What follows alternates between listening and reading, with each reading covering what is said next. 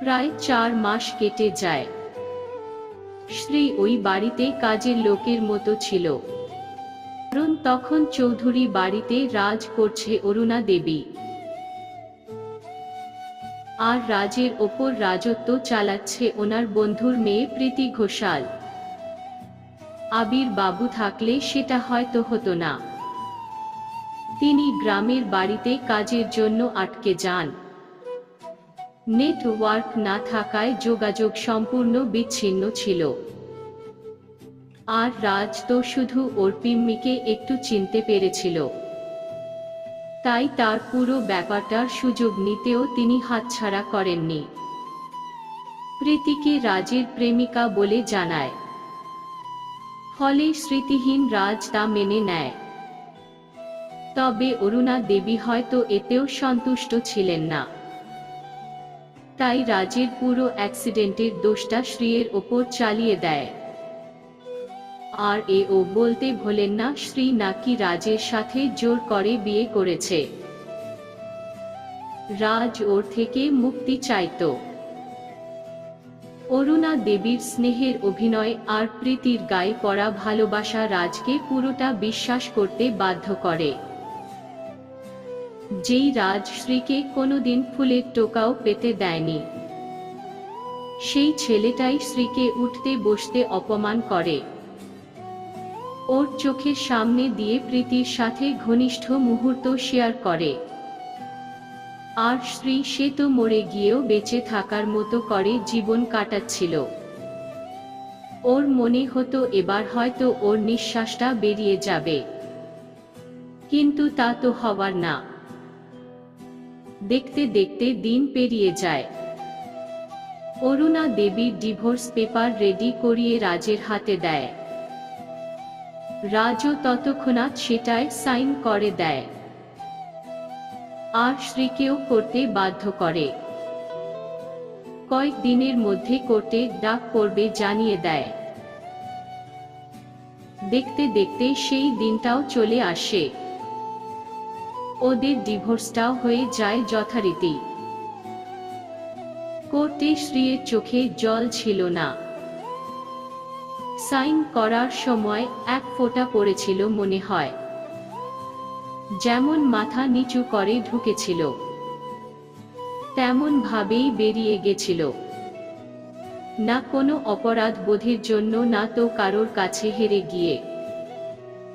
রাজের প্রতি দুর্বলতা লোকাতেই ও অনন্ত নামিয়ে নিয়েছিল।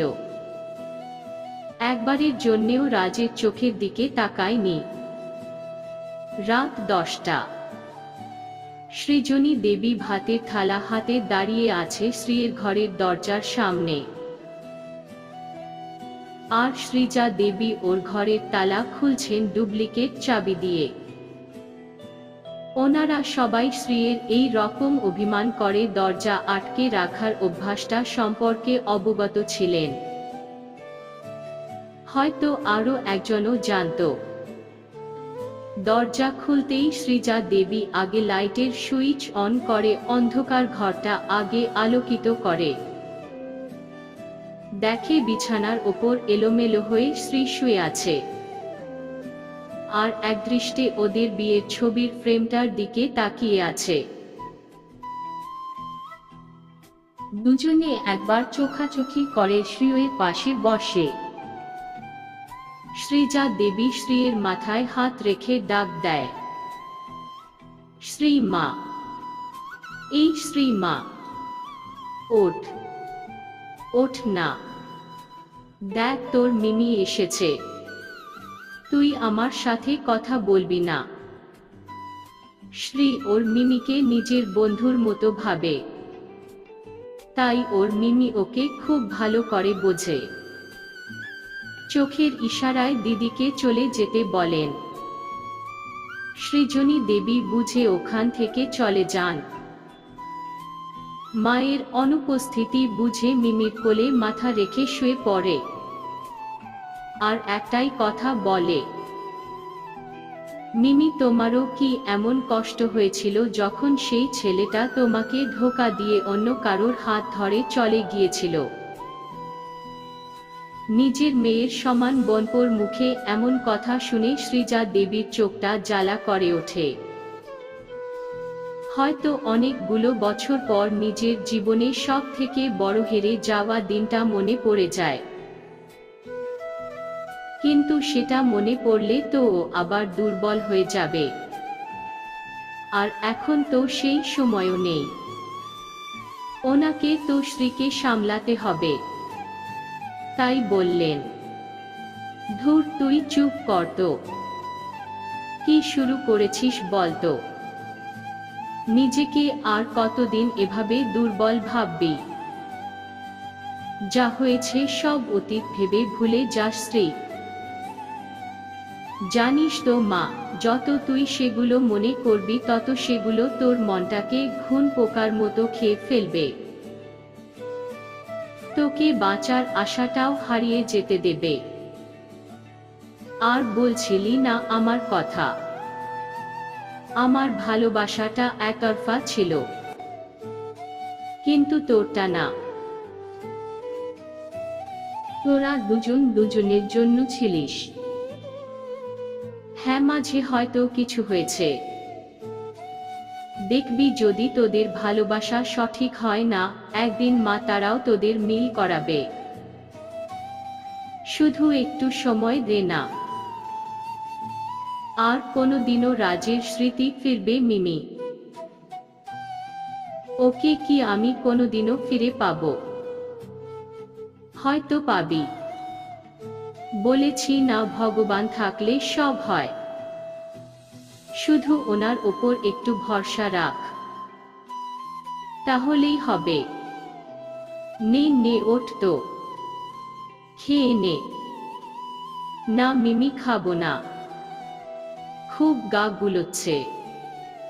কয়েকবার বমি হয়েছে। আবার গ্যাস হয়েছে, তাই না? না গো, প্রায় কয়েকদিন এমন হচ্ছে।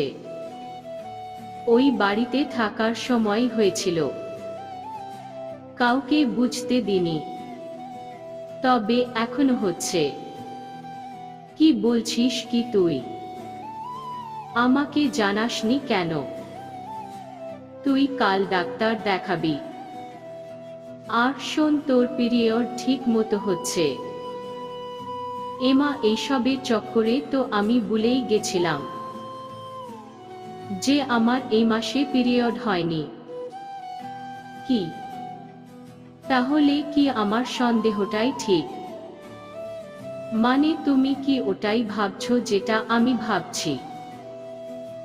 হ্যাঁ, কিন্তু এটা কিভাবে সম্ভব? হতভম্বের মতো জিজ্ঞাসা করে। আসলে একদিন বাড়িতে কেউ ছিল না। রাজকে ওর বন্ধুরা ডাকে। ও গেছিল। আমি যতদূর শুনেছিলাম, ওর কোনো বন্ধুর বিয়ের আগে ব্যাচেলার পার্টি দিয়েছিল। তাই অনেক রাত, প্রায় গলা অবধি ড্রিঙ্ক করে ফেরে। সেদিন ভুল করে দুতলায় না গিয়ে একতলায় আমার ঘরে চলে আসে। আর বোধহয় সেদিন কিছু হলেও হতে পারে। তুই কি বলছিস? এটা যদি সত্যি হয়, তবে তোদের ডিভোর্সটাও কোনো ভ্যালু করবে না। আমি জানি না মিমি, আমার খুব ঘুম পাচ্ছে। ঠিক আছে, তুই ঘুমিয়ে পড়। শ্রীজা দেবী শ্রীকে ঘুম পাড়িয়ে লাইট অফ করে বেরিয়ে যায়। শ্রী হাতে একটা রিপোর্ট নিয়ে বসে আছে। সেখানে স্পষ্ট লেখা আছে প্রেগন্যান্সি পজিটিভ। ওর চোখ দিয়ে টপ টপ করে জল পড়ছে। আজ ওর পাশে কেউ নেই। হ্যাঁ, বাড়িতে মা আর মিমিকে পাবে, কিন্তু যার থাকার কথা সে কোথায়? হয়তো নিজের হবু বউকে নিয়ে ব্যস্ত। ওদের ডিভোর্সের পর কয়েকটা দিন কেটে গেছে। ডাক্তারের কাছে এলে তিনি রিপোর্ট করতে বলেন।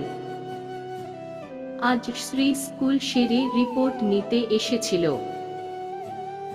এখন বেচারা এত খুশি হয়েও যেন খুশি হতে পারছে না। ফুটপাত ধরে চলতে চলতে নিজের পেটে হাত রাখে। হয়তো এমন দিনে সব ঠিক থাকলে রাজ পুরো বাড়ি মাথায় করত। ওর খুব মনে পড়ে, শোনো শ্রী, যেদিন তুমি জানবে আমাদের বেবি আসবে সেদিন প্রথম খবরটা আমাকে দেবে বলে দিলাম। আর যদি তুমি আমাকে শেষে জানানোর ভাবনায় থাকো, দেখো সেদিন আমি রাস্তায় দাঁড়িয়ে থাকব, আর তুমি বাধ্য হবে আমাকে জানাতে।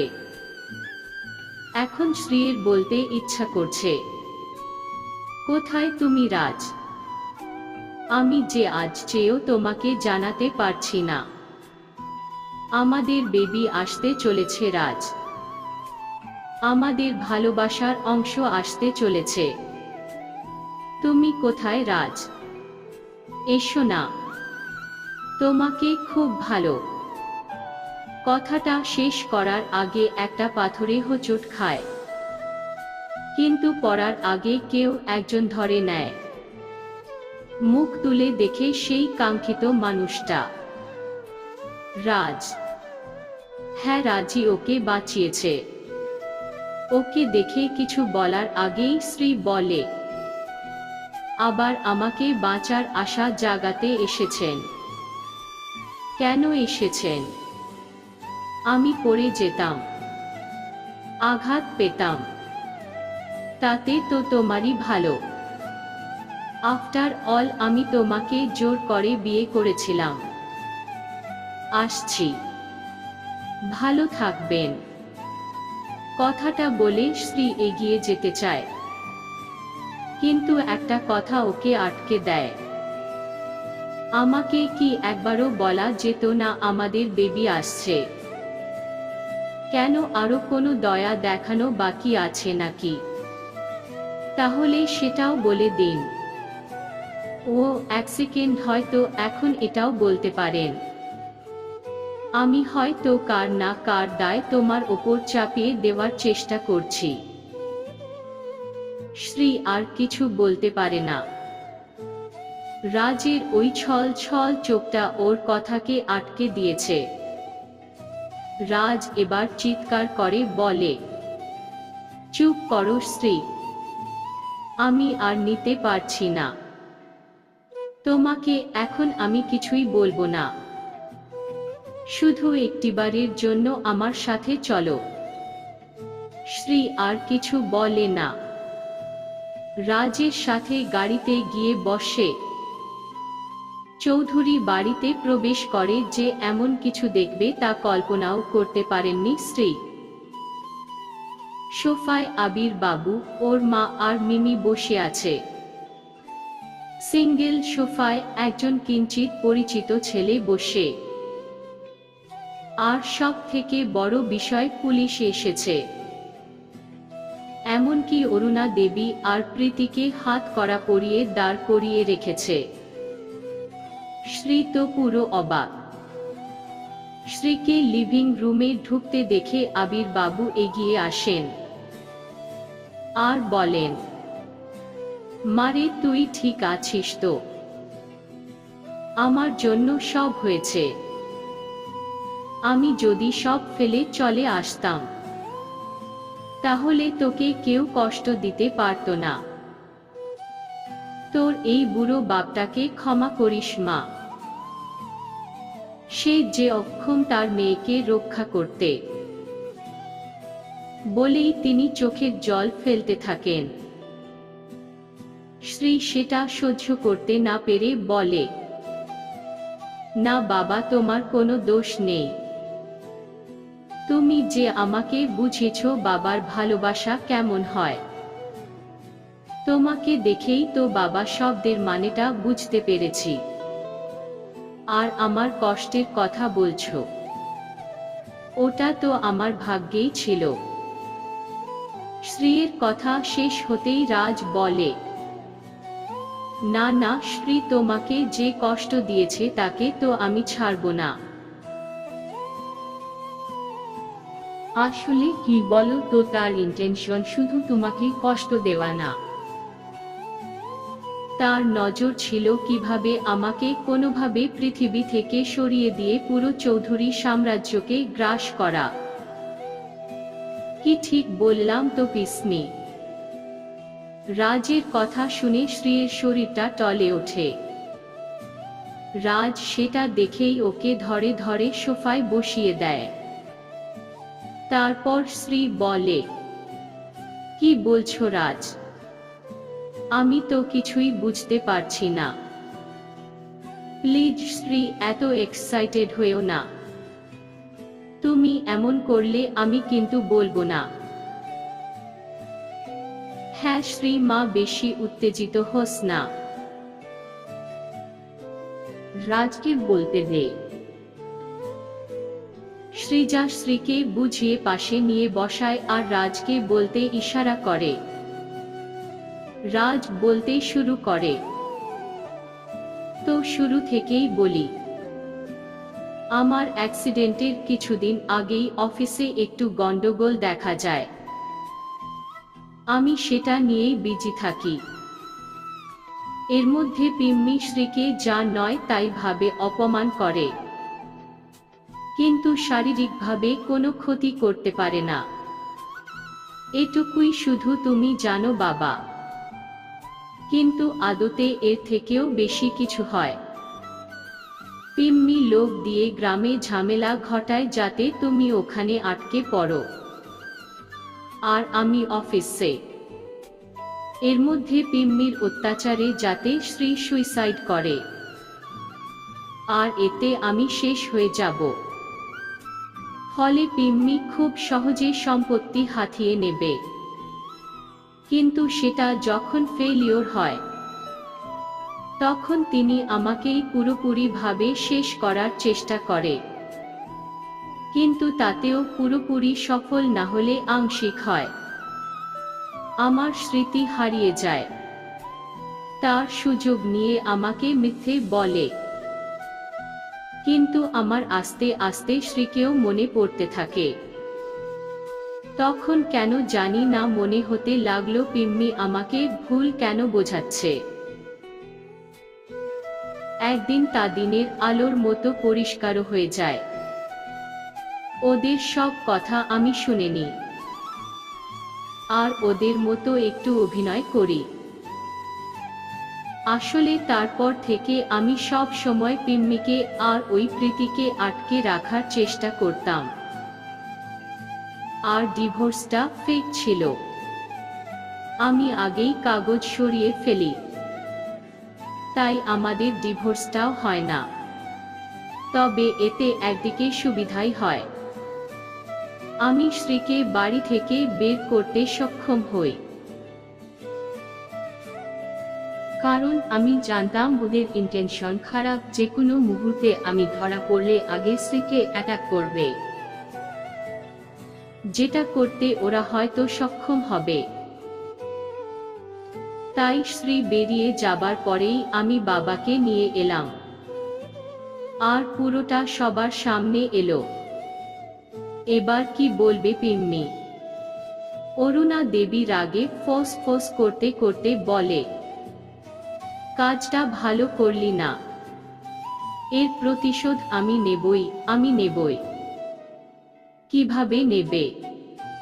তুমি যাতে জেল থেকে না বেরোতে পারো তার ব্যবস্থা আমি করব। কথাটা আর কেউ না, সেই সিঙ্গেল সোফায় বসা অনন্ত বলে ওঠে। না, আজ ওর মার প্রতি কোনো কিছুই হচ্ছে না, শুধু ঘৃণা ছাড়া। আর অরুণা দেবীও ছেলের দিকে অবাকভাবে তাকিয়ে থাকে। হয়তো তার ছেলের কথার তাৎপর্য খুঁজছেন। শ্রীয়ের চোখে জল। সেটা দেখে রাজ পুলিশকে ওদের থানায় নিয়ে যেতে বলে। আজ আকাশে পূর্ণিমার চাঁদ উঠেছে। রাত প্রায় 11টা। শ্রী বারান্দায় দাঁড়িয়ে আকাশ দেখছে। আজ এই আকাশটার মতো ওর জীবনে সব অন্ধকার কেটে গিয়ে আলোর রোশনায় আলোকিত হয়েছে। ওই দিনের পর কেটে গেছে বেশ কয়েকটা দিন। সব ঠিক হয়ে গেছে। রাজের প্রতি অভিমান জন্মালেও রাজ তা নিজের ভালোবাসা দিয়ে পুষিয়ে দিয়েছে। হয়তো ভালোবাসার এতটাই শক্তি যে বিরাট পাহাড় সমান অভিমানেরও খুব সহজে মিটিয়ে দিতে পারে। হঠাৎ নিজের পেটে আর ঘাড়ে কারোর উপস্থিতি টের পেল। এ রাজ ছাড়া আর কেউ না। রাজ ওকে পিছন থেকে জড়িয়ে ধরে, ঘাড়ে থুতনি রেখে শ্রীর পেট জড়িয়ে ধরে দাঁড়িয়ে আছে। কিছুক্ষণ নীরবতা। তারপর রাজ নিজেই বলে, আজ কারোর চোখে ঘুম নেই। সে কি আজ সারা রাত জেগে কাটানোর প্ল্যান করেছে? কিন্তু এখন তো তাকে এই প্ল্যান থেকে দূরত্ব মেনটেন করতে হবে, কারণ তার পেটের ভিতর থাকা পুচকেটা বারবার তার মাকে ঘুমোতে যেতে বলবে। শ্রী ওর কথার গুরুত্ব না দিয়েই বলে, জানো রাজ, কদিন আগেও ভেবেছিলাম হয়তো এখানেই সব শেষ হয়ে যাবে, আর তোমার সাথে সময় কাটাতে পারবো না। তোমাকে ছাড়া তো আমার নিঃশ্বাস নিতেও কষ্ট হতো। শেষ হয়ে গেছে আমাদের সম্পর্কটা ভাবলেই বুকটা ধড়ফড় করে উঠত। ভাবিনি কখনো আবার সব ঠিক হয়ে যাবে। শ্রী সব সময় একটা কথা মনে রাখবে, যেখানে কোনো কিছুর শেষ হয় সেখানেই আবার পরবর্তী কিছু শুরু হয়। আর আমাদের ভালোবাসাটা না অসমাপ্ত, যার কোনো শেষ নেই। তুমি যেখানে ভাববে শেষ হবে, সেখান থেকেই আমাদের ভালোবাসার নতুন রূপে শুভারম্ভ ঘটবে। কিছু বুঝলে? শ্রী এবার হাসতে হাসতে বলে, হ্যাঁ বুঝলাম। শেষ থেকে শুরু, সমাপ্ত।